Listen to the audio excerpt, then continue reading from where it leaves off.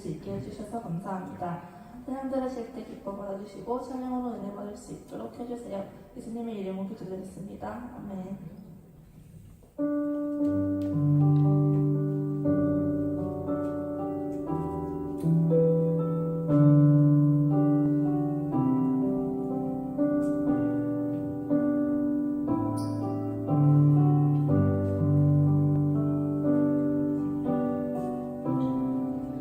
모든 상황 속에서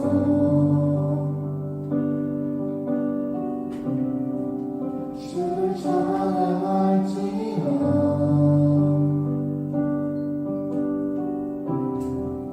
주는 너의 큰 상급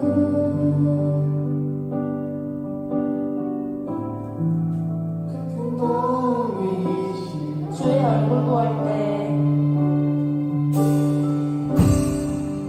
주의 얼굴 구할 때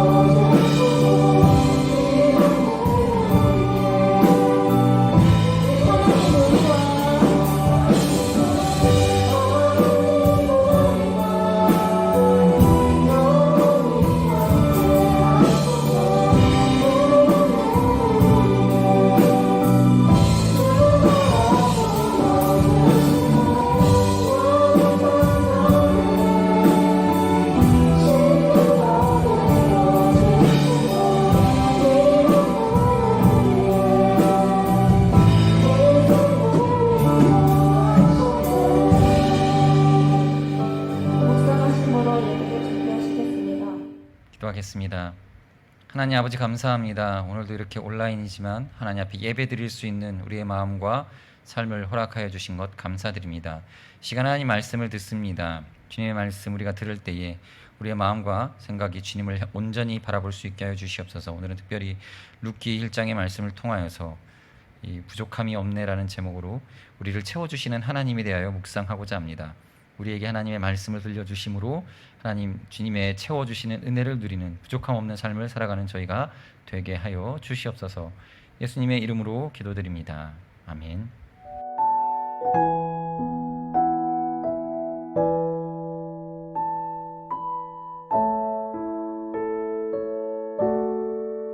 하나님 말씀 보겠습니다. 하나님 말씀은 룻기 1장 16절에서 18절의 말씀입니다.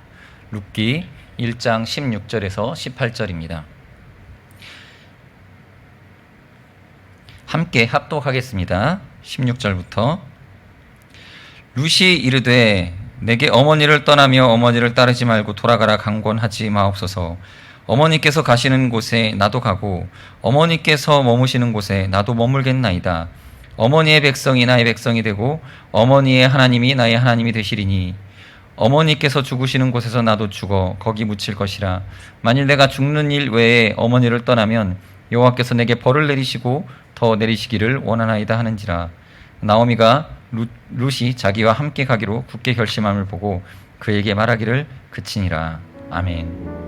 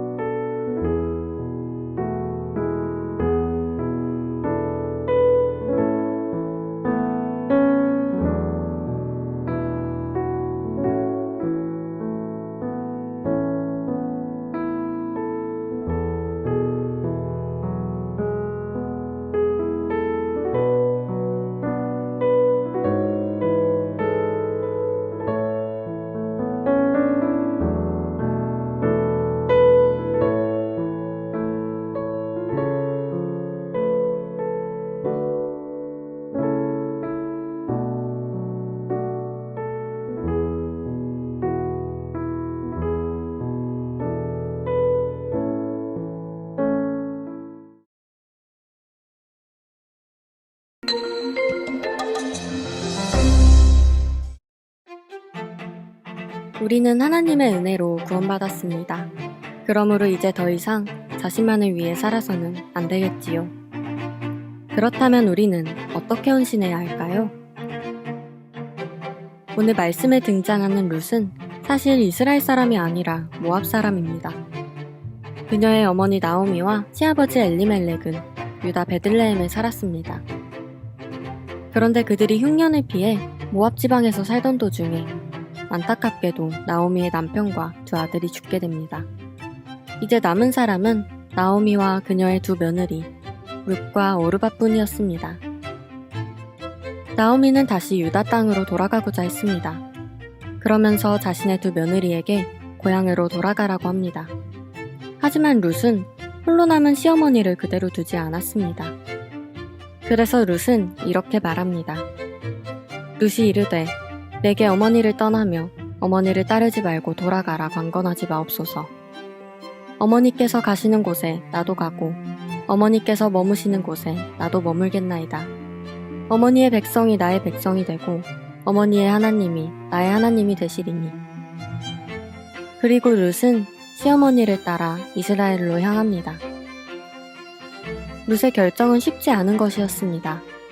나오미도 혼자였지만 룻 자신도 남편을 잃고 혼자가 되었기 때문입니다. 그러나 룻은 자신만을 위해서 살지 않고 시어머니를 위해 헌신하고자 했습니다. 이는 그저 시어머니를 향한 연민이 아니라 하나님을 주인으로 삼은 사람의 신앙 고백이었습니다.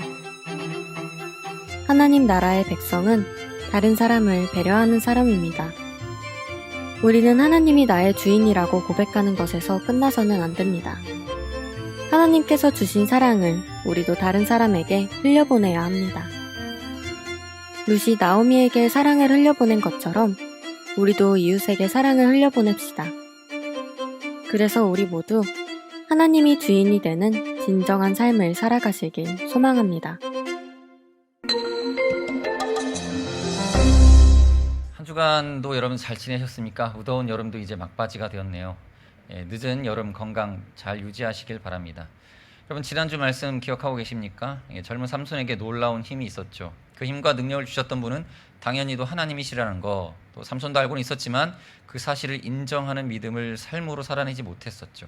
결국 모든 능력을 상실하고 비참한 결과를 겪는 그 모습을 우리가 보면서 우리는 하나님이 주시는 능력과 은혜의 소중함을 하나님의 것임을 인정하며 소중히 여길 것을 생각해 보았습니다. 신약 시대를 살아가는 우리에게 하나님께서는 성령을 주셨습니다. 삼손 같은 어떤 물리적인 힘은 아닐지라도 우리 친구들의 삶에 필요한 능력과 지혜를 주실 줄 믿습니다. 그러기 위해서는 이렇게 고백해야 하겠죠. 따라해 보겠습니까? 하나님께서 우리의 주인이십니다. 다시 한번, 하나님께서 우리의 주인이십니다. 어떤 선생님이 제자들에게 돈 10,000원씩 주고 각자 자기 방을 가득 채울 물건을 사오라고 했습니다. 이거 많이 들어보셨던 이야기일 것입니다. 선생님이 제자들에게 이 방을 가득 채울 물건을 사오라고 하십니다. 무엇을 사야 방을 꽉 채울 수 있을 만큼의 양을 가져올 수 있을까? 다양한 방법이 있겠지만 한 제자는 숯과 나무를 사와서 방 안에서 불을 피웠습니다. 이 방 안은 온통 매캐한 연기로 가득 차게 되었죠. 스승이 요구한 대로 이 10,000원으로 방 안을 가득 채우는 데 성공했습니다. 스승은 물론 다른 제자들도 방 안에서 조금도 잊지 못하고 콜록콜록 거리며 뛰쳐나올 수밖에 없었습니다. 또 한 명의 제자도 10,000원으로 방을 가득 채우는 데 성공했습니다. 그는 방 한가운데에 초를 하나 켜두었습니다. 그리고 이렇게 이야기했습니다. 스승님, 저는 10,000원으로 초를 샀고 빛으로 이 방을 가득 채웠습니다. 이 이야기를 듣고 스승은 두 제자 모두에게 사실 잘했다고 칭찬을 해주셨습니다. 덧붙여서 이렇게 또한 한 말씀을 더 하셨죠. 맞아, 둘 다 방 안을 가득 채우는 데는 성공했지만 한 사람은 자욱한 연기로 어둠을 채웠고 누구도 방 안에 오래 있지 못하도록 만들었는데, 한 사람은 밝음으로 방 안을 채워 누구나 평안하게 머물 수 있게 하였구나 하면서 이 뒤에 이 초를 사온 제자를 더 칭찬했죠. 여기 불을 한번 다 꺼볼까요? 캄캄하죠. 이 공간에 무엇을 사다 놓으면 다시 환해질까요? 비싼 시계, 좋은 옷, 예쁜 신발을 갖추어 서 있으면 환해질까요? 어떤 옷을 입었는지 보이지도 않겠죠. 돈을 얼마나 가지고 와야 이곳이 환하게 되어질까요? 1,000만 원? 1억?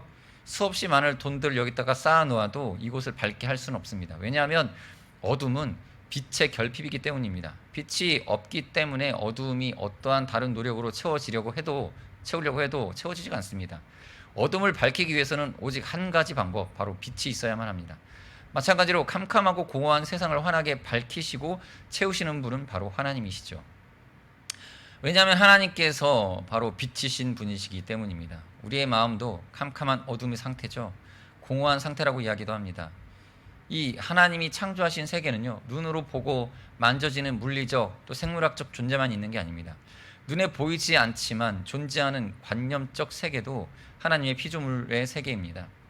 음악과 예술의 아름다움도 하나님이 만드셨고, 사람의 감정과 내면의 깊은 세계, 또 분위기라고도 할 수 있는 어떤 정서라고도 할 수 있는 것들이 있죠. 이러한 모든 생각과 지혜도 하나님이 지으신 거고, 윤리와 사회 조직을 통해 나타나는 우리의 모든 경험을 하나님이 지으신 것입니다. 이렇게 눈에 보이지 않는 존재들이 사실은 우리의 생각을 지배하고 물리적인 세계를 다스리고 있는 것이죠. 우리의 정신이 그저 뇌에 흐르는 전기 자극과 또 몸의 이 곳곳에서 나오는 호르몬의 화학작용에 의해서 지배당하는 것이 아닙니다. 우리는 그저 물리적인 운동에너지의 결과로서 존재하는 것이 아니죠.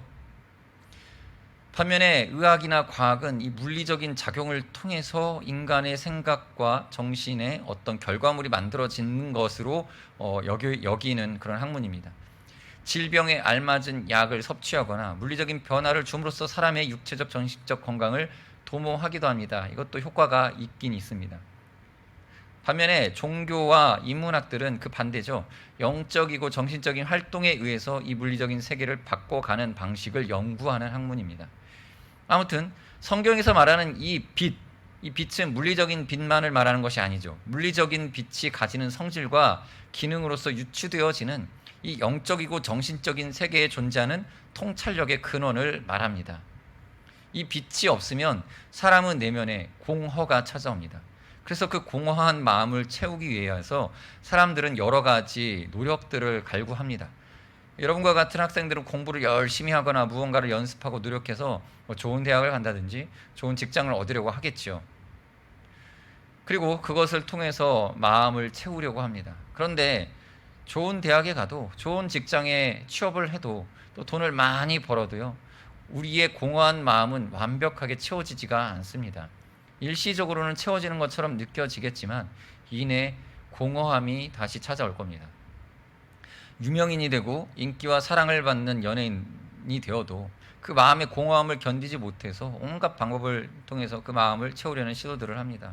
약물이나 술, 이성 이런 것들의 이 방법을 가지고 해결해 보려고 합니다. 그러나 그 어떠한 것으로도 우리의 공허한 마음을 다른 것은 채울 수가 없습니다. 파스칼이라는 사람이 이런 이야기를 했습니다. 인간의 마음에는 누구에게나 하나님만이 채울 수 있는 빈 공간이 있다. 누가 채워주신다고요? 하나님만이 채울 수 있는 빈 공간에 자꾸 다른 것을 넣으려고 하니까 힘들고 지치기만 하고 결국은 채워지지 않아서 더욱더 큰 상실감과 우울한 마음에 사로잡히는 것입니다. 이 성경에는 곤고한 삶에서 하나님께서 그 부족함을 채워주시는 이야기가 등장합니다. 오늘 함께 읽은 본문의 말씀인 룻과 나오미의 이야기입니다. 성경이 룻기라고 되어 있고 주인공이 룻이지만 결국 이 이야기는 룻과 보아스를 통하여서 이 나오미라고 하는 이 시어머니의 삶이 어떻게 변화되어지는지를 알려주는 이야기입니다. 이 나오미는 남편 엘리멜렉, 두 아들 말론과 기론과 함께 유다 베들레헴에서 살고 있었습니다. 그런데 어느 날 가뭄이 심하게 들어서 가뭄을 피해 이 고향을 떠나 모압 지방으로 이사를 했습니다. 요즘 말로 치면은 외국으로 이민을 간 겁니다. 그렇게 모압 땅에서 새 삶을 시작했는데 어느 날 갑자기 남편 엘리멜렉이 죽고 말았습니다. 이제 두 아들만 남았죠. 나오미는 이 어려운 형편 속에서도 두 아들을 잘 키워 장가를 보냈습니다. 나오미는 두 아들을 그곳 모압 지방에 사는 모압 여인들에게 장가 보냈죠. 그렇게 두 내외와 함께 한 10년쯤은 잘 지냈습니다. 그런데 무슨 이유에서인지 두 아들 말론과 기론이 또 죽고 맙니다. 결국 이 여인 나오미의 집에는 남편을 잃은 나오미와 며느리 오르바 또 룻 이렇게 셋만 남게 된 것이죠. 슬프게도 이 세 여인이 다 과부가 된 것이죠. 그러던 어느 날 나오미에게 고향 소식이 전해 들려옵니다. 고향 땅 유다에 하나님께서 다시 풍년을 허락하셨다라는 소식이죠. 그리고 슬픔을 다 잊고 백의 종군하는 마음으로 고향길로 가기로 합니다. 집을 나서면서 나오미가 두 며느리에게 이렇게 이야기합니다. 너희는 각각 너희의 어머니의 집으로 돌아가라. 이 두 며느리는 울면서 시어머니 나오미에게 함께 갈 것이라고 이야기했지만 나오미는 끝내 이 며느리들을 집으로 돌려보내려고 합니다. 여호와의 손이 나를 치셨으므로 나는 너희로 말미암아 더욱 마음이 아프다. 이렇게 말하죠. 나오미는 자신이 하나님께 벌을 받았다고 생각을 했고요. 며느리들의 불행을 자신의 탓으로 생각해서 더욱 마음이 아팠습니다. 결국 두 며느리 중 하나인 오르바라는 여인은 자신의 고향으로 돌아갔습니다. 그런데 또 다른 며느리였던 룻은 끝까지 시어머니 나오미의 곁을 지키기로 합니다. 내게 어머니를 따르지 말고 돌아가라 강권하지 마옵소서. 어머니께서 가시는 곳에 나도 가고 어머니께서 머무시는 곳에 나도 머물겠습니다. 나오미가 가는 곳에 함께 하기로 결단하며 룻은 이어서 이렇게 고백합니다. 어머니의 백성이 나의 백성이 되고 어머니의 하나님이 나의 하나님이 되시리니. 룻은 시어머니가 믿는 하나님을 나도 믿는다며 신앙 고백을 하고 있는 것입니다. 나오미는 이러한 룻의 굳은 마음을 보고 결국 유다 베들레헴 고향으로 돌아가는 길에 룻을 함께 동행하여 데리고 갑니다. 베들레헴으로 돌아가기까지 나오미는 생각하기를 자신이 무언가를 잘못을 저질러서 하나님께서 징벌하시는 것이거나 혹은 알 수 없는 어떤 이유로 전능자이신 하나님이 자신을 괴롭게 하는 것이다 라고 여기고 있었습니다. 그리고 고향에 도착하면서 주위에 소문이 났죠. 야, 나오미가 돌아왔다라는 소식이 전해졌습니다. 그리고 이 나오미는 몇몇 고향 사람들에게 이렇게 말합니다. 나를 나오미라고 부르지 말고 나를 마라라 부르라 라고 하였습니다. 이 나오미라는 이름의 뜻은 기쁨을 의미하고 있는데 이렇게 부르는 것이 수치가 되는 것이죠. 그래서 자기를 마라, 즉 슬픔이라는 뜻의 이름으로 부르라고 자조적으로 요청을 한 것입니다. 이토록 비통한 심정으로 도착한 베들레헴에서 룻은 나오미의 며느리로서 어머니를 돌보며 그를 돌보기 위해 이삭 줍는 일을 하게 되었습니다. 당시 이삭 줍기, 이 일은 말 그대로 추수꾼들의 뒤를 따라가며 그 떨어지는 이삭을 줍는 일이었습니다. 풍년이면 나름 짭짤할 수도 있는, 그러나 추수꾼들이 일부러 낫지를 꼼꼼하게 해서 모든 것들을 다 거두어 드린다면 사실 큰 이득을 기대하기는 어려운 게 이삭 줍기입니다. 그런데 룻이 이삭을 주우러 간 땅의 주인은 보아스라고 하는 사람이 주인이었는데 이 사람의 마음이 참 너그러워서 이 추수를 하는 일꾼들에게 일부러 좀 많이 흘리라고 요청을 합니다. 그래서 이삭을 줍던 가난한 사람들도 배불리 먹고 남을 만큼 많이 거둘 수 있었습니다. 성경을 자세히 보면 공교롭게도 이 보아스라는 너그러운 사람의 어머니는 사실 여리고성이 무너질 때 하나님을 믿고 그 정탐꾼을 숨겨서 여리고성 무너지는 가운데서 목숨을 건지게 된 라합입니다. 게다가 동시에 보아스라고 하는 사람은 나오미의 남편 엘리멜렉의 먼 친척이기도 했습니다. 룻이 이삭을 주우러 간 밭은 우연히도 이 보아스의 땅이었던 것이죠. 이 보아스는 룻에 대한 이야기를 아마 전에 들었던 것 같습니다. 그가 이 나오미의 며느리인 것과 홀로 된 시어머니를 모시기 위해 유다까지 따라와서 어머니를 봉양한다는 그 이야기를 전해 들어서 룻에 대해서 잘 알고 있었죠. 그래서 보아스는 룻을 배려하여서 다른 밭으로 가지 말고 자신의 밭에서 이삭을 줍게 했습니다. 그리고 밭을 관리하는 이들에게는 룻을 방해하지 말고 룻을 도와주라고 이야기하였습니다. 그래서 감사의 인사를 하는 룻에게 보아스는 오히려 룻의 사연에 대해 들은 바를 칭찬하고 축복합니다. 또 룻을 위하여 더 많은 이삭을 챙겨갈 수 있도록 배려해 주었습니다. 나아가 보아스는 후에 룻과 나오미를 위하여서 그들의 기업 물을 자가 되어 주었습니다. 기업 물을 자란 쉽게 말해서 성경의 권면을 따라 어려움을 당한 가까운 친척 집안을 구제해 주는 사람을 말합니다. 빚이 있으면 빚을 다 갚아주고 그 가정의 토지를 회복시켜주고 그 가문이 계속 그 이름으로 대를 이어갈 수 있도록 구제해 주는 사람을 뜻합니다. 고향으로 돌아온 나오미는 죽은 남편 엘리멜렉의 소유의 땅의 권한을 가지고 있었는데, 그런데 그 땅만 있으면 아무 소용이 없죠. 그 땅을 누군가가 사서 회복시켜줘야 됐습니다. 그 생계를 이어갈 수 있으려면 그렇게 해야 됐습니다. 이에 더해 땅만 사면 끝나는 문제가 아니라 그 집안을 책임지는 역할까지 해야 했습니다. 이게 이제 기업 물을 자의 의무죠. 이 엘리멜렉이 땅을 구입하여 그리고 그 엘리멜렉의 집안에 대를 이어주는 일까지 해야 했던 것이죠.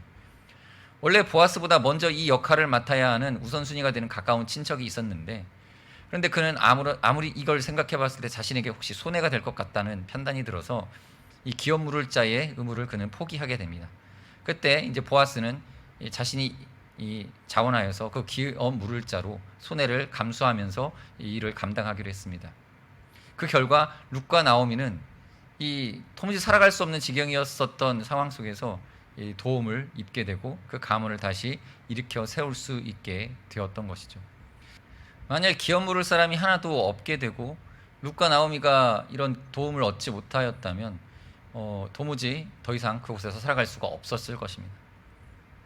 룻이 나오미를 위해 헌신하여 자신의 삶을 내어주었던 것처럼 보아스라는 사람도 룻과 나오미를 위하여 자신의 삶을 기꺼이 내어준 셈이 된 것입니다. 룻은 무엇 때문에 그렇게 할 수 있었을까요? 룻은 성경에서 정확히 나오지는 않지만 아까 이야기했듯이 시어머니 나오미가 믿고 따랐던 하나님이 어떤 분이신지를 룻도 알았기 때문일 것입니다. 나오미를 따라가겠다고 결단했을 때 룻이 뭐라고 고백하는지 기억하십니까? 따라해 보겠습니다.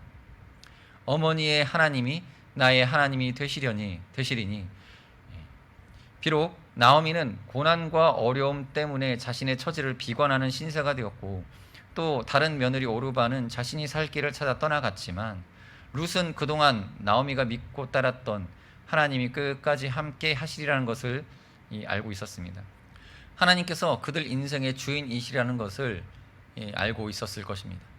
그래서 룻은 담대하게 나오미를 위하여 헌신할 수 있었던 것입니다. 보아스도 마찬가지였습니다. 보아스는 룻에게 이런 말을 했습니다. 여호와께서 내게 복 주시기를 원하노라. 네가 가난하건 부하건 젊은 자를 따르지 아니하였으니 네가 베푼 인애가 처음보다 나중이 더하도다. 룻이 다른 남자를 찾아 떠나지 않은 것을 칭찬하며 하나님께 축복의 기도를 했던 것입니다. 룻이 베푼 인애, 즉 사랑과 헌신에 대해 크게 감동했던 것입니다. 그래서 자신도 룻과 나오미에게 그런 헌신의 사람이 되기로 결심했다고 여겨집니다. 자, 앞서서 룻기의 이야기는 나오미의 인생이 어떻게 달라졌는지를 보여주는 내용이라고 제가 말씀드렸습니다. 고통을 토로하며 자신이 빈손으로 돌아오게 되었다고 이렇게 눈물 짓던 나오미는 결국 어떻게 된 거죠?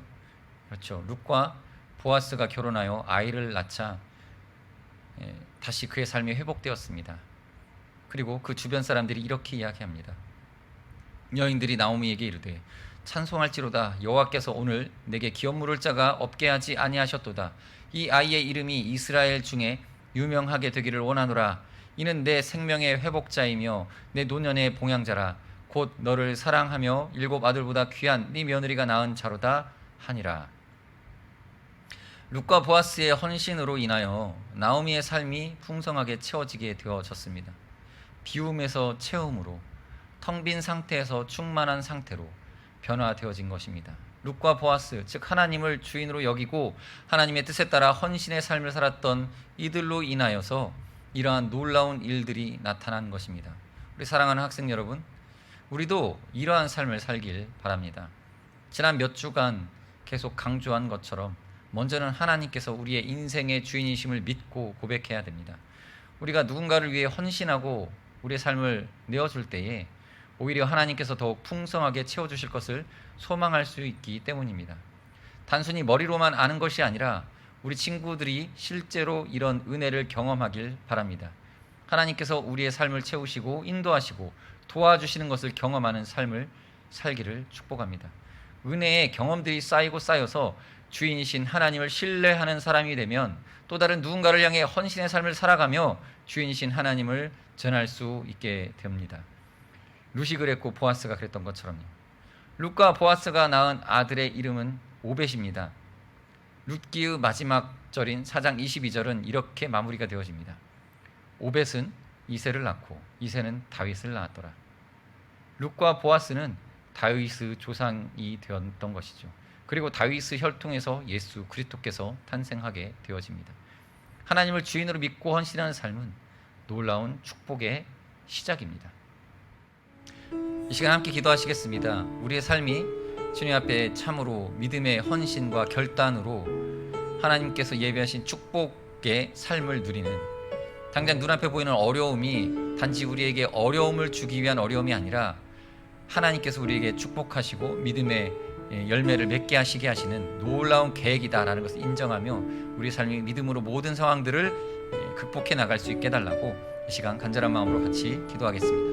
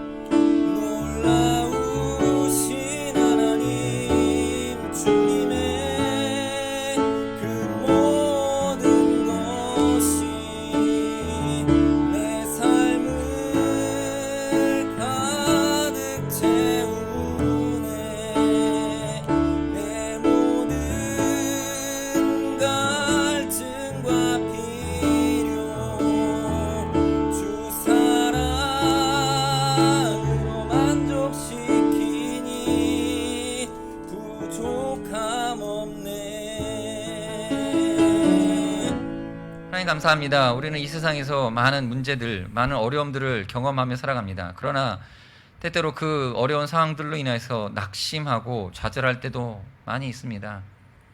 그러나 우리에게 믿음을 더하여 주시길 원합니다. 믿음의 눈을 열어서 이 모든 상황 속에서 도우시고 복 주시는 하나님을 바라보게 하여 주심으로 기도로 승리해 나가는 저희가 되게 하여 주시옵소서. 예수님 이름으로 기도드립니다. 아멘. 이제는 우리 주 예수 그리스도의 은혜와 하나님 아버지의 크신 사랑하심과 성령님의 교제 교통으로 충만하심이 믿음의 삶을 선택하고 어떤 상황 속에서도 좌절하지 않고 기도하고 뜻을 구하며 헌신하는 삶을 살기로 다짐하는 우리 학생들 위해, 우리 선생님들 위해 이제부터 영원토록 함께 있을지어다. 아멘.